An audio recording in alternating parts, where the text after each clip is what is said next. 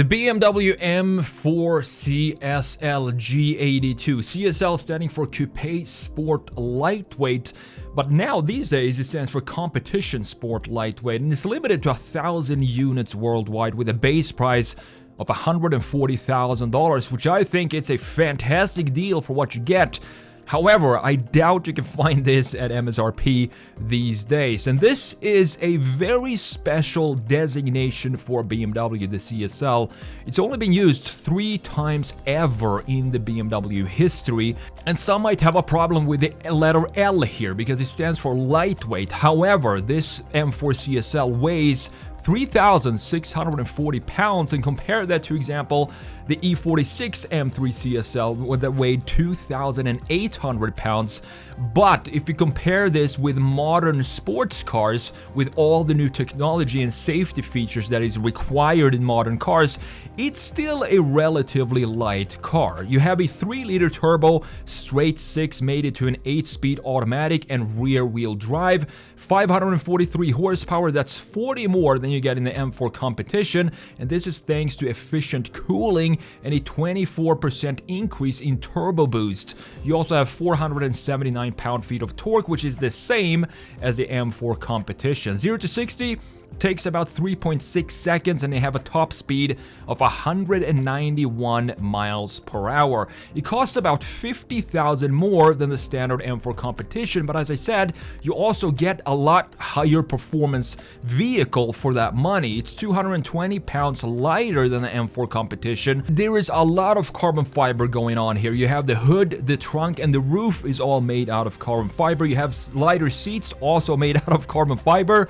You have no rear seats, and you also have a magnificent titanium exhaust, which we're going to listen to when we take this for a drive. There's also a specific bracing that you have under the hood that is specifically designed for the CSL. On the inside, you have a 12.3-inch gauge cluster and infotainment screen, and we're going to jump into the details of the interior when we get to that section of the video. So that's enough of the spec and tech of the M4 CSL. Let's jump in and talk about this design.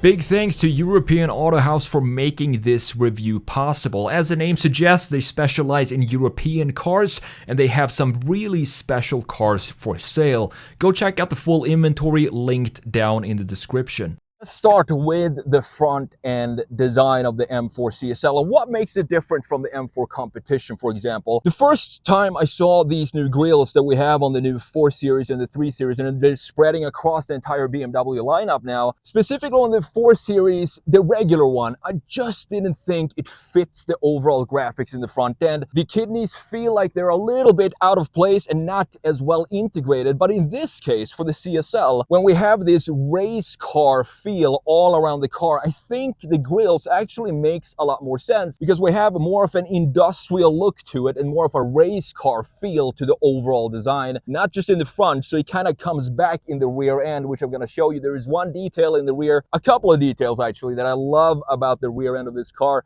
that kind of makes the front end work. So some of the differences here, this is of course packed with a bunch of carbon fiber, as you can see. We have these wings down here. We have this new grille with these intakes, looks like some sort of skeleton or rib cage inside here, which I really love. It's a lot more open that you have on the M4 competition, and I think it suits a car like this. Then you have the 50th year anniversary emblem right here, which I think looks really clean and very elegant, unique for the 50, only for the, I think this is only for the 2023 model years we can actually get that logo in the front end. Then you have the headlights, LED headlights, and you have the amber daytime running lights, which is specific for the M4 CSL, which I also think sets it apart from the normal M4. One detail that I thought was on the normal M4 CSL that I think they could have integrated a little better in the design when it comes to line flow and how you integrate the graphics in the front end. I wish they would have made this part here a bit of a more curvature going in and meeting the kidneys at the low part of the kidney, because right now we have these two lines going parallel, and I think it creates a bit of a static feel for the front end of the M4. Let me show you real quick what I mean and how we could simply fix this static feeling that we have in both the M4 CSL and the normal M4. So we have these lines here. You see, these are parallel, and when you have parallel lines like this, what this does, if you have two parallel lines going here, for example, it creates a static movement. They're not gonna meet anywhere in this direction, or they're not gonna meet anywhere in this direction. They're just gonna continue on individual parallel paths until eternity. So I want to add some more dynamic feeling to it. So I have one line like this, and then one line maybe going downward angle and then connecting to the grille in a more organic way. So we can do that real fast, and I can show you what I'm talking about right here.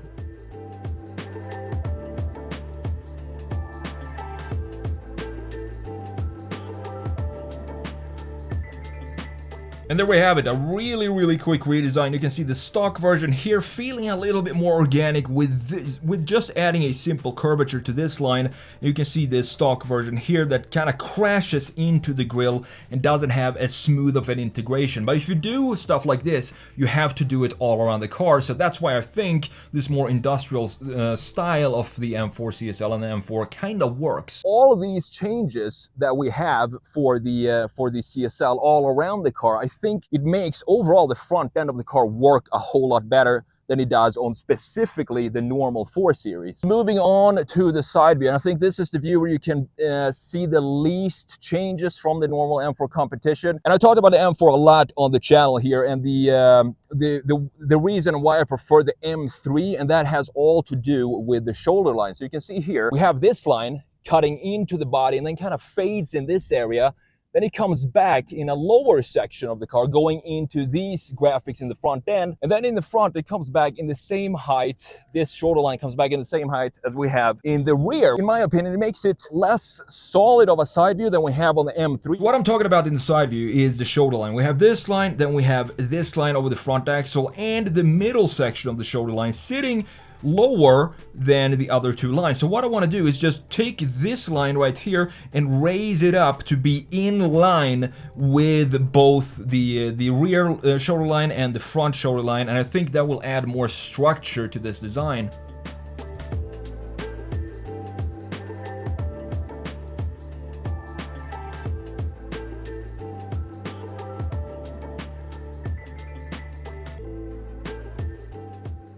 So there we have it again. You can see just how much stronger this shoulder line feels compared to the stock. So I'm going to switch between them real quick here so you can see.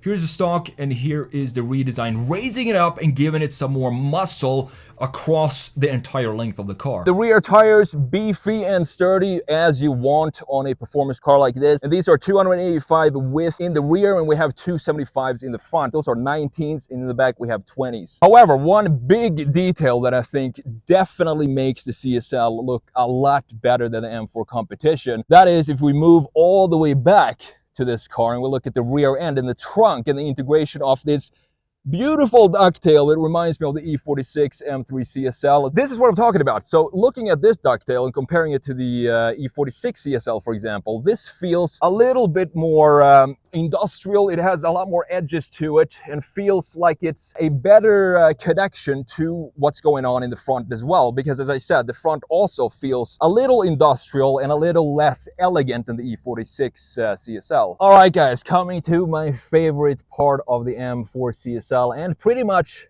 95% of cars, is the 3/4 rear view. The CSL looks absolutely fantastic, and it sets it apart from the M4 competition because, as I talked about in the side view, we have this beautiful looking ducktail sticking out, giving it a nice send-off when you look at this from a side view. You also have the camera embedded in the logo right there. So this is the reverse camera.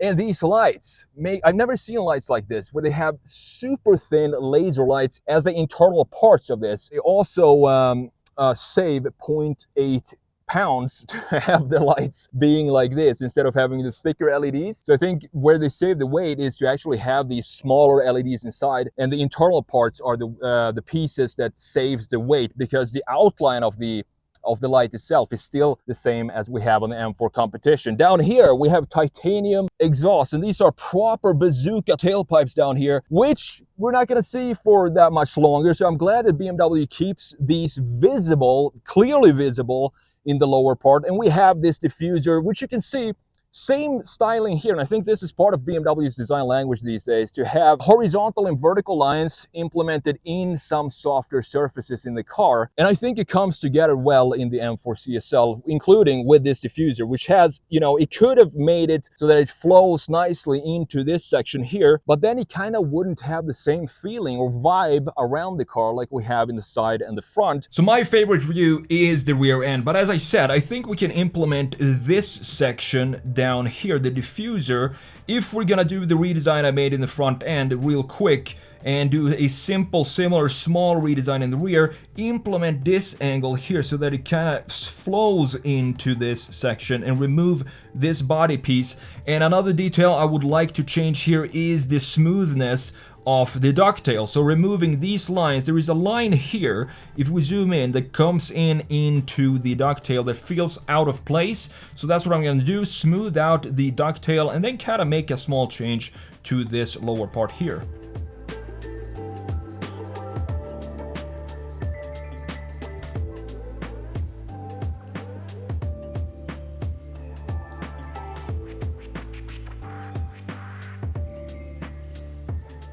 Again, tiny changes. I intentionally one side stock so you can see the differences, but I can switch back and forth here. The integration of the diffuser is what I think makes the biggest difference here, and you also have now a much smoother integration of the ducktail, similar to the E46 M3. And then you have this line cutting into the deck lid itself, or the trunk, going down, and it then houses this reflector light in the side, which I think looks really cool, because when you look at this from a straight rear view, these lights are going to help emphasize the width of the car in addition to the wide fenders that we have in the rear. We're inside the CSL M4 and I'm happy to report that we do have a proper integrated gauge cluster with a proper nice housing, and these are 12.3 inches. As you know, they updated the interior for 2024, so now we have this big curved display that I'm not a huge fan of. I really think that this is such a better integration, because look at how this screen is integrated in the overall dash and the trims of this car. The new one, it feels like, I'm not sure what the benefit is of having this big curved display instead of having it looking like this. It's gonna create more glare. Maybe it's some software reason why they had to do that, but I definitely prefer this. And if I was in the market for a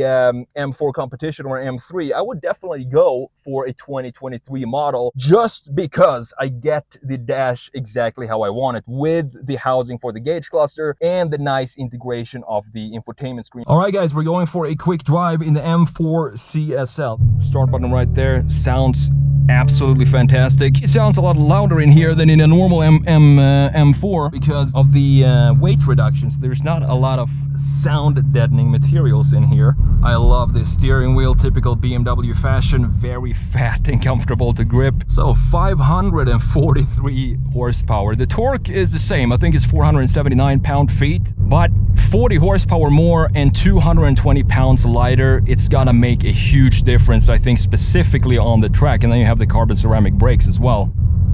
All right, we just popped it into manual. Very solid feel from the shifters, nice click to them, and they're, of course, like a lot of things in here, it's carbon fiber. This car only has 75 miles on it, so it's barely broken in. I'm gonna take it very carefully for this drive and not push it too much. These seats, bucket seats, racing seats, you don't have a rear seat. And getting into these seats and getting out of them could be, you know, a bit tricky at some points. But once you're in this, you know, I feel like I could sit in these for a very long time and not be uncomfortable.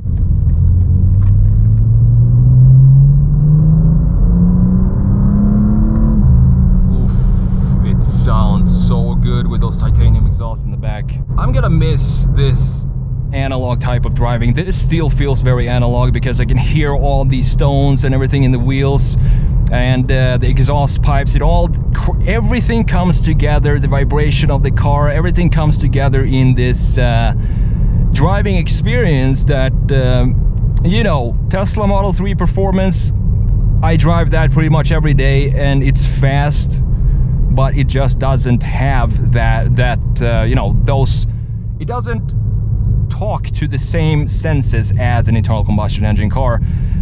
And I hope that we're gonna find a solution where we have these synthetics fuels, for example. I think Porsche is starting to develop that, so that we can keep having internal combustion engines alive. We also have a nice clear head-up display right there, which shows you exactly just the information that you need. You can probably configure that to show whatever you want, but if I just see the speed, that's all I need to see in the head-up display. It was built for the racetrack. Driving around in traffic like this, it is an experience, but I think to really, of course, get the most out of a car like this, you kind of have to take it to the track.